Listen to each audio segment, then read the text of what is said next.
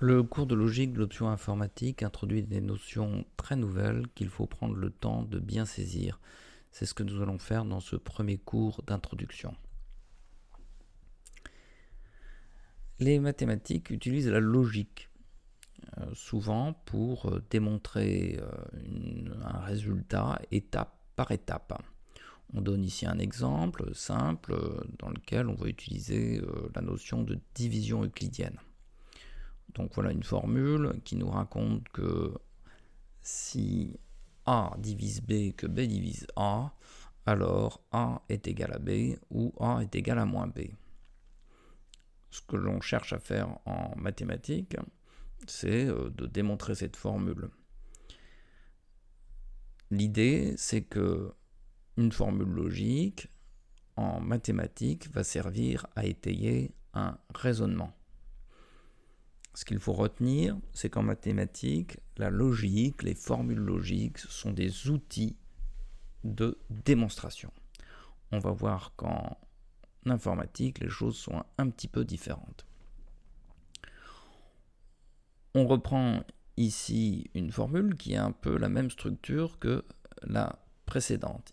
Ici, P, Q, R et S s'appellent des variables propositionnelles. On ne sait pas encore trop à quoi ça correspond. Les questions en tout cas que l'on va se poser ne sont pas du tout les mêmes qu'en mathématiques. Donc, les variables P, Q, R, S sont ce qu'on appelle des variables propositionnelles. Comme toute variable, elles prennent des valeurs. Ici, il n'y a pas beaucoup de choix. Elles prennent des valeurs booléennes, vraies ou faux. L'idée, c'est qu'on va s'intéresser pour des valeurs booléennes de P, Q, R et S particulières à la valeur logique, vrai ou faux, de la formule proposée. Puisqu'il y a 4 variables propositionnelles, il y a donc 2 puissance 4 possibilités de définir les valeurs vraies ou faux de chacune d'elles. Cette distribution de booléens sur les 4 variables, c'est ce qu'on va appeler un environnement. On saisit tout de suite ce qui constituera dans la suite un souci, c'est un souci lié à l'explosion combinatoire, puisque imaginez qu'au lieu de 4 variables, j'en ai 40, vous imaginez 2 puissance 40, ce que ça peut représenter comme différents cas à étudier. Pour obtenir la valeur booléenne de f, on va construire ce qu'on appelle une table de vérité dans laquelle on remplace bien souvent les booléens vrai et faux par leur notation de l'algèbre de Boole, où vrai est remplacé par 1 et faux par 0. Alors on construit ce tableau pas à pas en donnant des valeurs à P, Q, R et S. Ici, il y en aura donc 16. Pas à pas, c'est-à-dire qu'on commence par construire la valeur logique de P et Q, de R ou S, pour enfin obtenir la valeur de F qui, puisque P et Q est faux, l'implication F sera vraie. Donc on passe à un environnement suivant, P et Q est faux, R ou S est vrai, la formule F est encore vraie. On passe sur les détails, on remplit le tableau. Bon, l'idée est simple, c'est que de toute façon, dès que P et Q est faux, l'implication sera vraie. Et en fait, il n'y a qu'une seule situation dans laquelle F est fausse, c'est celle-ci, où P et Q sont vrais. Donc P et Q est vrai, R et S sont toutes les deux fausses, donc R ou S est faux, l'implication est fausse. La question qu'on se pose maintenant, c'est comment construire une formule propositionnelle de façon correcte. Il nous faut d'abord des ingrédients, en fait, qui sont les lettres qui vont nous aider à construire des formules bien formées. Donc les ingrédients sont les suivants. On a 2 constantes qu'on pourra appeler vrai et faux, qu'on note souvent comme ça. par ces deux symboles. On a un ensemble P de variables propositionnelles, tout à l'heure, par exemple, petit p, r, q, s. Des connecteurs logiques binaires, un symbole est, un symbole ou, l'implication. Par commodité, on ajoute parfois l'équivalence. Connecteur logique unaire, qui est la négation, qu'on note traditionnellement comme ça. Et enfin, le parenthésage, qui est en fait une commodité pour rendre la lecture des formules plus facile, et un parenthésage qu'on pourrait considérer comme un connecteur unaire. Alors, au niveau des commentaires, on pourrait dire que les ingrédients que je viens de décrire ici évoluent en fonction des auteurs. Parfois, les constantes vrai et faux passent un petit peu à l'as. Moi, je préfère les introduire pour des raisons que vous allez comprendre à la suite du cours. Le symbole équivalent, je l'ai dit tout à l'heure, c'est une commodité. On verra qu'on peut s'en passer. Ça permet de raccourcir certaines formules. Alors, qu'est-ce que c'est qu'une formule bien formée ? Sur le plan intuitif, celle que vous avez sous les yeux ici, on conçoit que elle est mal construite. D'accord ? Bon, ça reste complètement intuitif. Celle-ci est mal construite, celle-ci est bien formée. D'accord ? Ça correspond plus à ce qu'on a l'habitude de croiser dans un raisonnement, par exemple.